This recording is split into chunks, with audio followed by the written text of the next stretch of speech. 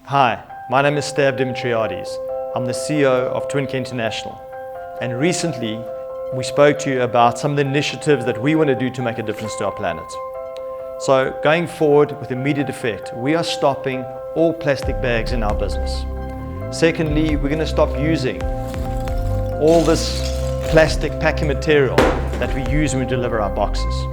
Thirdly, and most importantly, something that I think will make a big difference in our hairdressing industry. We are stopping all towels.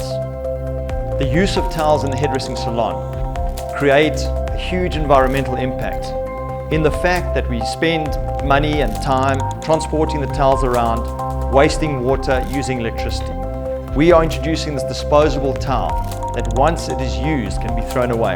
It is biodegradable and made out of bamboo. These are some of the differences we make with immediate effect. In addition, we're trying to do smaller initiatives, and we are making changes in our building and the surroundings that we have. We have changed all our lights to LED recently. We've also done smaller things like painted our roof white because that reflects sunlight and it cuts down on the amount of air conditioning and power that we use. This will be our first initiative as part of our Twincares program.